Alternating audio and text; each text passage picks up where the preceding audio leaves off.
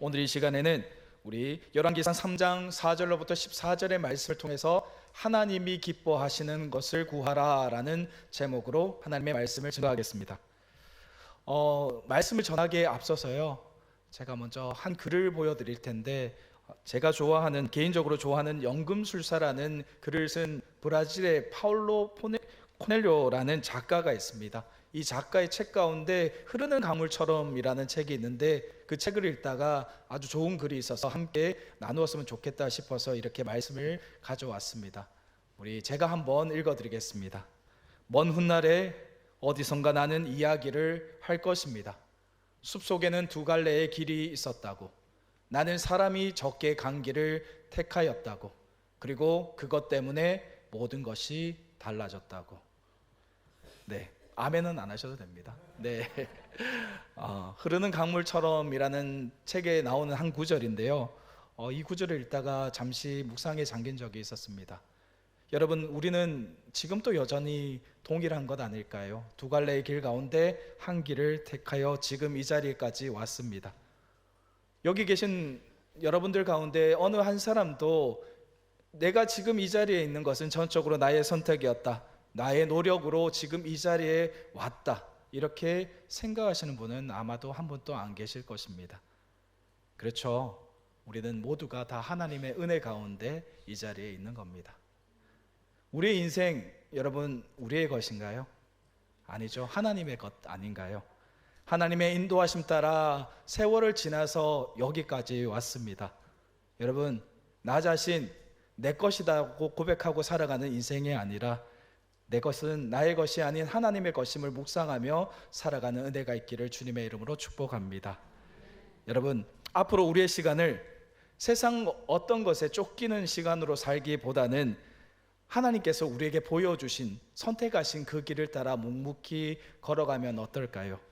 한 발 한 발 걸어가는 가운데 세상의 분주함 속에서 하나님을 잊고 살아가는 것이 아니라, 그 한 발 한 발 내디딜 때마다 이것이 하나님의 은혜입니다, 이것이 또 하나님의 은혜입니다, 내가 하나님께서 이끄신 길로 순종하며 나아갑니다 라는 고백을 하면서 걸어가시면 얼마나 행복하실까요?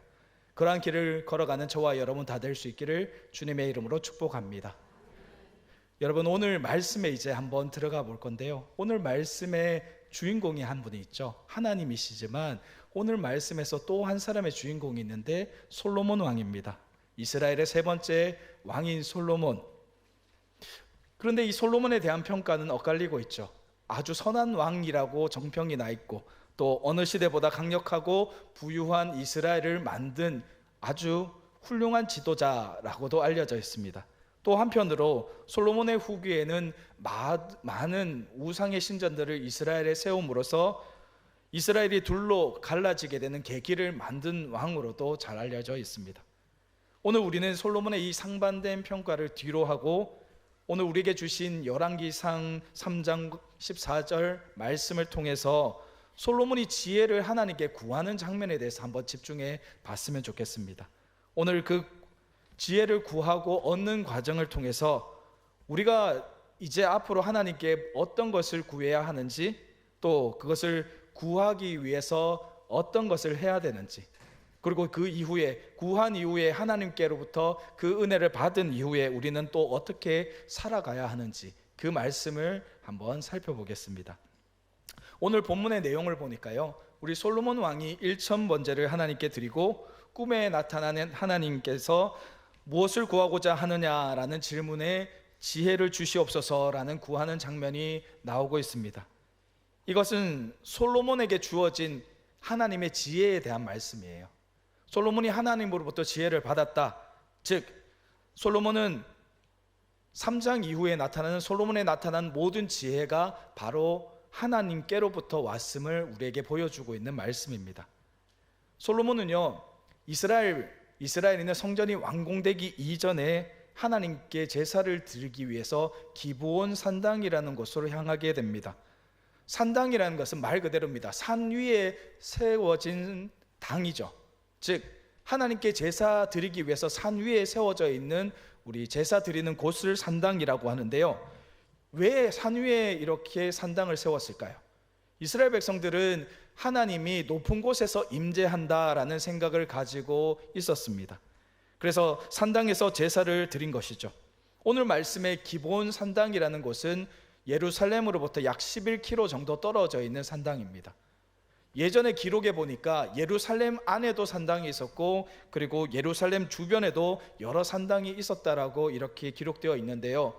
그런데 11km라면 지금 거리로 차로 가면 얼마 되지 않는 거리일지 모르지만, 이때 당시 제사를 한번 드리기 위해서 그냥 간단하게 솔로몬 혼자 그 제사를 드리기 위해서 가지 않았습니다. 많은 제물을 준비해야 됐고, 많은 백성들과 많은 신하들이 따라서 그 솔로몬이 드리는 산당으로 같이 가야 했기 때문에 산당으로 한번 제사 드리러 가는 것은 굉장히 어려운 길이었습니다.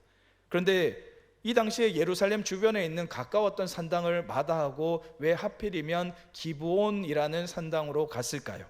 그것은 바로 이유가 있습니다. 오늘 본문 4절 말씀을 함께 볼까요? 본문 4절 말씀 함께 보겠습니다. 이에 왕이 제사하러 기브온으로 가니 거기는 산당이 큼이라 솔로몬이 그 제단에 일천 번제를 드렸더니. 아멘. 오늘 4절 말씀에 보니까 솔로몬이 기브온 산당에 간 이유가 그 산당이 아주 컸기 때문이다 라고 이렇게 기록되어 있습니다. 이 기록을 보았을 때는 기브온 산당이 컸으므로 당연히 그곳으로 가서 제사 드리는 것이 맞지 않았을까라고 생각해 볼 수 있지만, 비단 이 기브온 산당이 크기만 큰 것이 아니라는 또 다른 이유가 있습니다. 역대하 1장 3절로부터 6절까지의 말씀인데요, 우리 3절로부터 6절까지의 말씀 한 절씩 한번 교독하겠습니다. 제가 먼저 3절 말씀을 읽겠습니다. 솔로몬이 온 회중과 함께 기브온 산당으로 갔으니 하나님의 회막 곧 여호와의 종 모세가 광야에서 지은 것이 거기 있음이라.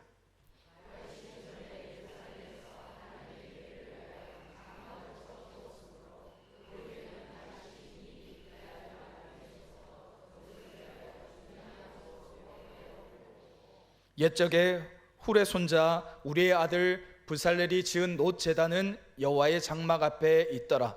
솔로몬이 회중과 더불어 나아가서 여호와 앞 곧 회막 앞에 있는 놋 제단에 솔로몬이 이르러 그 위에 1000마리 희생으로 번제를 드렸더라. 아멘. 역대하 1장 3절에서 6절 이 말씀을 보니까 기브온 산당에 모세가 만든 하나님의 회막과 그리고 브살렐이 만든 놋 제단이 있었다라고 이렇게 말씀하고 있죠.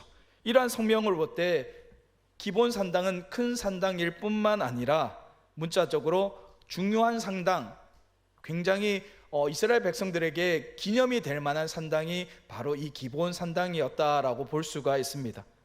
솔로몬은 결국 예루살렘 가운데 가장 중요하고 가장 기준이 되는 산당인 기브온 산당에서 하나님께 정성을 다해 예배드렸다라고 볼 수가 있는 거죠. 솔로몬이 1000번제를 하나님께 드렸습니다. 그 밤에 하나님께서 솔로몬의 꿈에 나타나셔서 너에게 무엇을 줄고 나에게 구하라 라고 이렇게 말씀합니다. 그래서 솔로몬이 구한 것이 무엇이었을까요? 듣는 마음을 주세요 이렇게 말씀했죠. 그리고 분별할 수 있는 지혜를 하나님 주십시오라고 이렇게 솔로몬은 하나님께 구했습니다. 하나님께서는 솔로몬이 구한 그것을 들으시고 그의 마음을 보시고 기뻐하셨다라고 기록됩니다. 그의 마음은 자신의 안위와 자신의 부귀영화나 자신을 높이기 위해 구하지 않았고 바로 백성들을 위한 마음이 그 마음 가운데 담겨 있었기 때문에 하나님께서 그 마음을 아주 기뻐하셨던 겁니다. 그래서 솔로몬에게 구하지 않았던 지혜도 주시고 부귀와 영광도 함께 주셨습니다. 여러분, 우리가 이 말씀을 들으면서 생각해 보아야 할 것이 있습니다. 하나님께서는 기도하는 자의 기도를 들으시는 분이라는 사실입니다. 믿으십니까? 하나님께서는 기도하는 자의 기도에 응답하십니다. 그러나요, 한편으로 생각해 보실 때 우리의 기도는 이렇게 온전하게 응답받을 수 있을까요? 하나님께서는 한편으로 기도를 들으시지만 때로는 기도에 응답하지 않는 경우들도 있습니다. 그렇다면 여러분, 우리의 기도가 응답받는 기도가 되기 위해서 어떤 마음과 제세로 하나님께 기도하고 간구해야 될까요? 여러분, 우리가 이것을 알아야 되지 않을까요?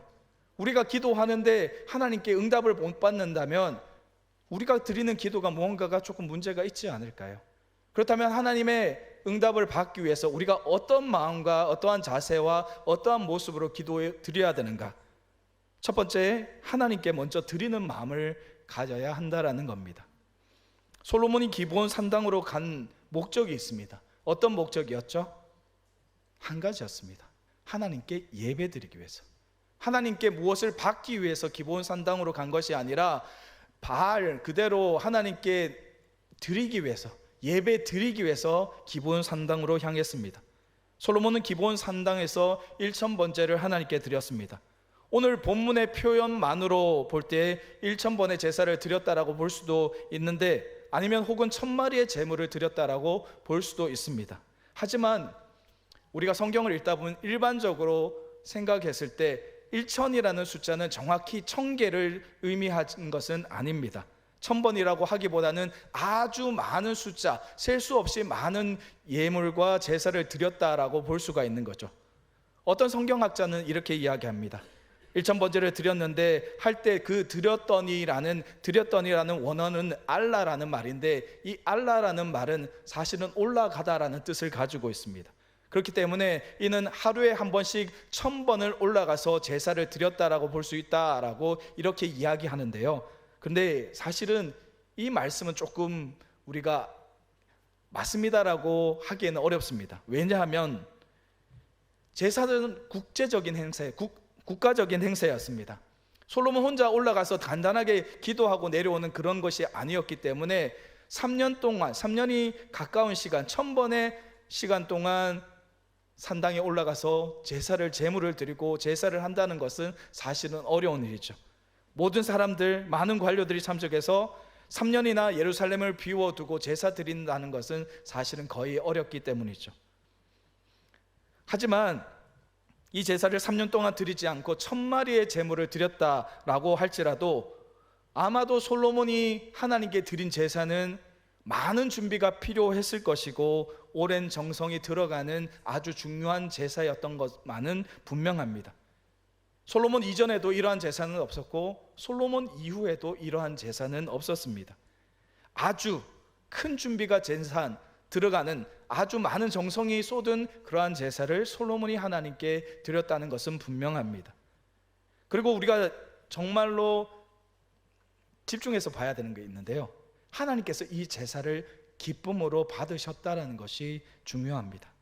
솔로몬이 어떤 의도를 가지고 하나님께 나아갔는지, 제사를 1000번이나 드렸는지, 제물을 1000마리나 드렸는지는 모르겠습니다. 하지만 중요한 것은 이 제사로 인해서 하나님께서 기뻐하셨다라는 겁니다.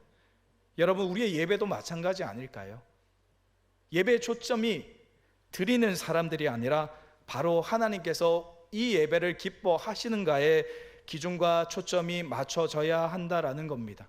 예배 드리는 사람들이 기뻐하고 예배 드리는 사람들이 뭔가 뿌듯한다, 그런 것이 예배가 아니라 예배를 받으시는 하나님께서 정말 우리가 드리는 이 예배를 기뻐 받으시는가 하는 것이 우리의 기준과 초점이 되어야 한다는 거죠.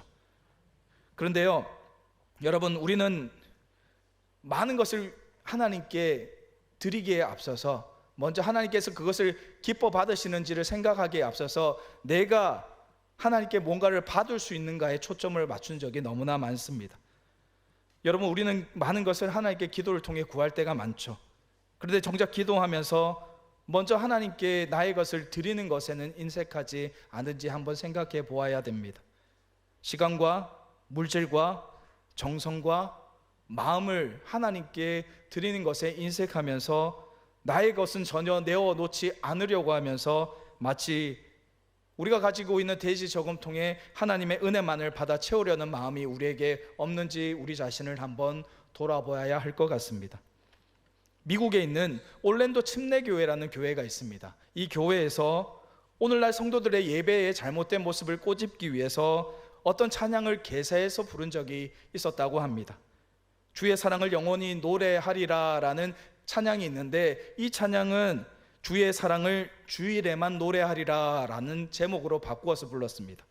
내게 있는 모든 것을 이라는 찬송이 있는데, 내게 있는 적은 것을 하나님께 드립니다 라는 이러한 것으로 바꾸어 부른 적도 있습니다.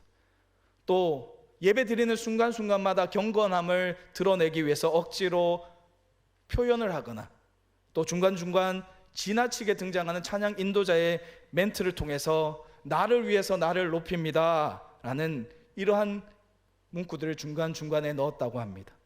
또 찬양의 가사들 가운데서는 친목 도모를 위해서 교회에 모이고 사람들에게 잘 모이기 위해서 외모에만 신경 쓰고 습관처럼 찬양하는 모습들을 꼬집은 가사들을 사이사이에 중간에 넣었다고 하죠. 여러분, 이것은 실제로 그 교회에서 그냥 매주 부르는 찬양이 아니라 이날 설교인 잘못된 예배의 이해를 돕고자 찬양팀이 준비한 퍼포먼스였다라고 합니다. 하지만 그 퍼포먼스가 워낙에 큰 반향을 일으켰기 때문에 많은 곳에서 이 내용을 알게 되었습니다.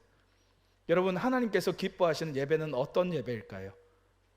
화려하고 웅장한 스케일, 경건해 보이는 모습들을 만들어가는 것이 하나님께서 과연 기뻐하는 예배일까요? 아닙니다. 여러분, 하나님께서 기뻐하시는 예배는 마음으로 드리는 예배입니다. 우리가 어떤 모습, 어떠한 준비, 네, 중요하죠. 하지만 그것보다 더 중요한 것은요, 이 예배 한 시간을 위해서 우리가 몇 시간을 준비하였느냐, 어떠한 마음으로 이 예배 한 시간을 드리기 위해서 이곳에 모였느냐 하는 겁니다. 10분, 한 시간의 예배를 위해서 단 하루 준비하는 것 중요하지 않습니다. 어떤 마음으로, 진실의 마음으로 하나님 앞에 이 자리에 한 사람 한 사람이 나와 있는지, 그리고 그 예배 가운데 하나님 말씀에 집중해서 듣고 있는지 하나님께서는 그걸 보고 계시다라는 것입니다. 화려한 모습, 웅장한 스케일, 하나님은 일절 관심이 없으십니다. 오늘 솔로몬이 드린 제사를 하나님께서 기뻐 받으신 것은 솔로몬이 드린 제사가 너무너무 거대했기 때문에, 너무 큰 재물을 바쳤기 때문에 그 예배를 기뻐하시고 솔로몬에게 그 사랑과 은혜를 베푼 것이 아닙니다.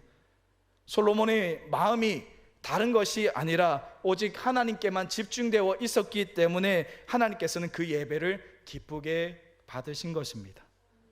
사랑하는 여러분, 하나님께 예배 드릴 때 우리는 모든 최선의 준비를 다 해야 됩니다. 당연히 준비하기 위해서 노력하는 것도 필요합니다. 하지만 그보다 더 중요한 것은 기도하고 말씀 듣기 위해서 우리가 준비하는 마음의 제사가 너무나 필요하다라는 거죠. 우리가 예배 나올 때, 죄송합니다, 딸딸이라고 하죠. 슬리퍼 질질 끌고 반바지로 오시면 안 됩니다. 왜냐하면 그것은 예배자의 모습이 아니기 때문이에요. 가장 아름다운 모습으로 하나님을 만난다는 마음으로 이 자리에 나와야 하는 것이 맞습니다. 어떻게 보면 누구는 이렇게 이야기하죠. 21세기가 되었다, 2025년인데 왜 그리 고리타분한 생각을 하느냐. 아니요, 생각뿐만이 아닙니다. 그의 마음에 어떠한 자세로 있는지, 마치 편의점 가든 교회를 나온다면 그것을 과연 하나님께서 기뻐하실까요? 그렇지 않다라고 생각합니다. 사랑하는 여러분, 하나님께 무언가를 간구하기에 앞서서 자신의 위치에서 자신이 할 수 있는 최선의 것을 하나님께 드리는 것이 너무 필요합니다. 우리도 하나님께 무언가를 구하기에 앞서서 우리 하나님을 맞이할 준비, 그리고 하나님께 나의 귀한 것을 드릴 준비를 하고 나의 마음을 하나님께 드릴 수 있기를 주님의 이름으로 축복합니다. 여러분, 나의 것을 먼저 하나님께 드리는 것, 나의 소망을 담고 나의 정성을 담아서 나 자신을 먼저 하나님께 드리는 것, 그것을 하나님께서는 기뻐 받으실 줄 믿습니다. 저와 여러분들이 전심을 다해 하나님만 바라보시고 나의 것을 먼저 하나님께 드릴 줄 아는 신실함을 가지시기를 주님의 이름으로 축복합니다. 여러분, 우리는 하나님께 무엇을 구해야 할 때 그러면 어떠한 자세로 어떠한 필요를 구해야 할까요? 그 두 번째는 받을 만한 것을 구하라는 것입니다. 이것을 다르게 말하면 하나님께서 기뻐하실 만한 것을 구해야 한다라는 겁니다. 사람들이 하나님께 기도하며 구할 때 나의 필요한 것을 구하고 기도하시죠. 저도 마찬가지입니다. 여기 계신 분들 다 마찬가지 아닐까요? 나한테 필요 없는 것 구하시는 분 한 분도 안 계시죠? 정말 나에게 필요하다고 생각하는 것을 구합니다. 재물, 건강, 학업, 명예 등등 이러한 것을 구하실 때 우리는 잊지 말아야 할 것이 한 가지가 있습니다. 그것은 바로 과연 이것들이 나에게 필요한 것인가, 내가 받을 만한 것인가입니다. 내가 받기 위해서 구하는 것들이 하나님께서 기뻐하시는 것인지를 먼저 생각하는 것이 필요합니다. 솔로몬은 하나님께 지혜를 구했죠. 그는 하나님께서 무엇을 줄 거라는 그 물음에 그에게 넘쳐나는 것을 더 요구하는 욕심을 가지지 않았습니다. 이스라엘 왕으로서 하나님의 나라 이스라엘 백성들을 잘 다스리기 위해서 반드시 필요한 왕으로서 자신에게 없는 듣는 마음과 선악을 분별하는 지혜를 하나님께 구했습니다. 여러분, 이것은요 정말 그에게 필요한 것이었습니다. 또 그가 받을 만한 자리에 있었기 때문에 받을 만한 것이었고, 또 하나님께서 기뻐하는 것이었습니다. 지혜라는 말의 의원은요 듣다, 순종하다라는 뜻의 쇠마르라는 뜻에서 나왔습니다. 지혜로운 마음을 종에게 주사라는 오늘 말씀을 직역하게 되면 당신의 종에게 이해하는 마음을 주시옵소서라는 뜻이 되는데요, 이는 백성의 재판과 선악을 분별할 줄 아는 이해의 마음뿐만 아니라 하나님의 말씀을 듣고 그분의 뜻에 순종하려는 신앙적인 결단이 이 말씀 가운데 있다라는 것입니다. 솔로몬은 정말이지 하나님께서 기뻐하실 것을 구하지 않으셨습니까? 여러분, 이 구함을 듣고 하나님께서요 솔로몬에게 이것을 안 줄 이유가 한 가지도 없었습니다. 그렇다면 이제 우리가 하나님께 구해야 할 것은 무엇일까요? 여러분, 명예를 구해야 할까요? 아니면 재물을 구해야 할까요? 아니면 건강을 구해야 할까요? 맞습니다. 이것들도 다 구해야 되는 게 맞아요. 하지만 이런 필요한 것도 구해야 되는 것이 맞지만, 나의 중심에서 나에게 필요한 것을 구하기에 앞서서 하나님의 시각으로 우리를 먼저 돌아보는 것이 필요합니다. 나에게 채워져서 오로지 나만을 위해서 사용되어지는 그것을 구하는 것뿐만 아니라 이웃을 위해서 선한 일에 사용할 수 있는 것, 아니면 나에게 반드시 필요하지만 이것을 통해서 하나님께 영광 돌릴 수 있는 것, 내게 없는 그런 것들을 구할 때 하나님께서는 나에게 이런 것들을 베풀어 주실 줄로 믿습니다. 여러분, 이제 우리는 하나님께 구해야 할 겁니다. 내가 받을 만한 것, 하나님이 기뻐하시는 것을 구할 때 하나님께서는 그 즉시 응답해 주실 줄로 믿습니다.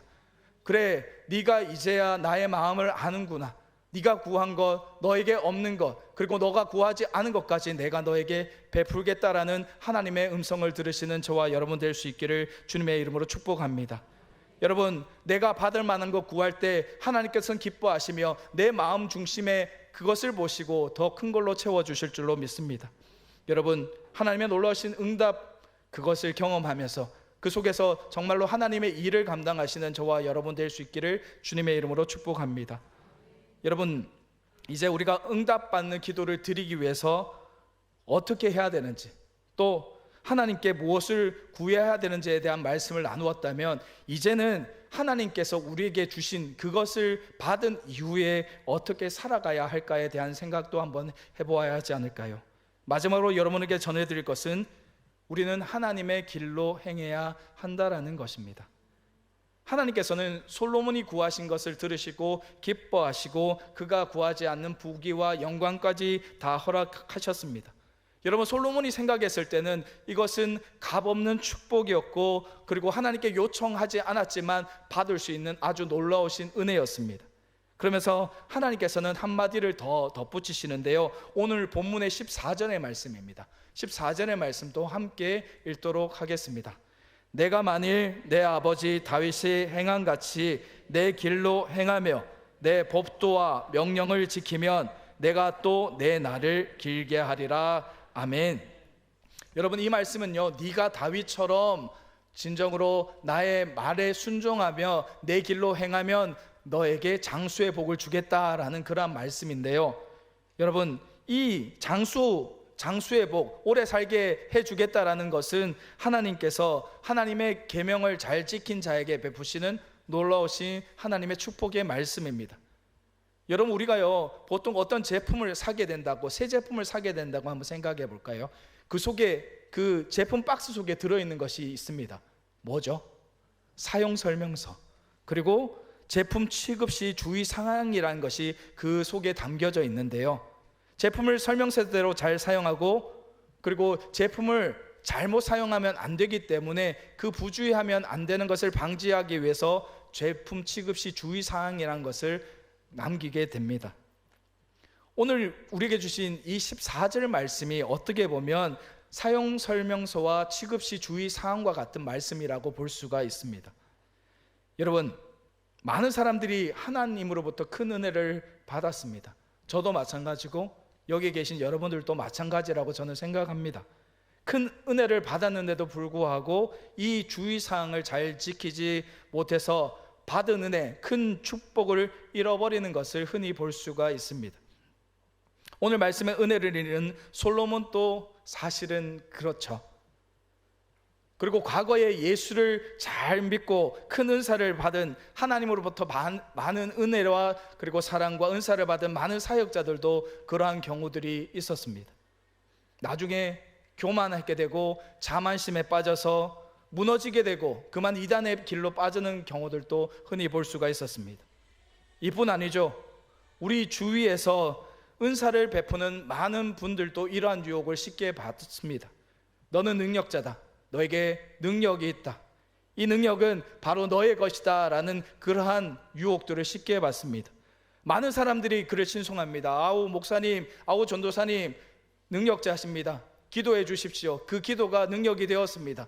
아이고 손을 얹고 기도하니까 제 병이 나았습니다. 네, 하나님의 은혜였습니다. 근데 불구하고 하나님이 아니라 그 사람을 찾아가고 그 사람을 마치 하나님처럼 생각하는 경우들이 있었습니다. 그럴 때 어떻게 될까요? 하나님께 주신 그 은혜를 다 잊어버릴 수밖에 없게 됩니다. 은사와 능력들이 자신의 것이고 자신의 힘으로 생각하는 것이라고 착각할 때가 너무나 많아집니다. 그러나 여러분, 그렇지 않죠. 모든 것은 하나님께로부터 왔습니다. 우리는 하나님으로부터 받은 은혜를 잘 사용해야 되고 앞으로 더욱더 하나님의 길로 가기 위해서 사용 설명서대로 살아가야 되고 취급시 주의사항을 분명히 잘 익혀서 살아가야 할 줄로 믿습니다. 여러분, 이것이 바로 내 길로 행하며 내 법도와 명령을 지켜라 라는 그 말씀입니다. 사랑하는 여러분, 깨어지지 않는 향유옥합은 아무런 가치가 없습니다. 300데나리온, 지금으로 가치로 따지면 3천만 원에서 4천만 원 이나 하는 그 향유옥합이 예수님 앞에 깨어져서 예수님께 흘러 넘쳤을 때 비로소 그 옥합의 진정한 가치가 증명되어졌던 겁니다. 이처럼 우리도 하나님 앞에 무엇을 구하기에 앞서서 나를 완전히 깨어서 나를 하나님 앞에 드릴 수 있기를 주님의 이름으로 축복합니다.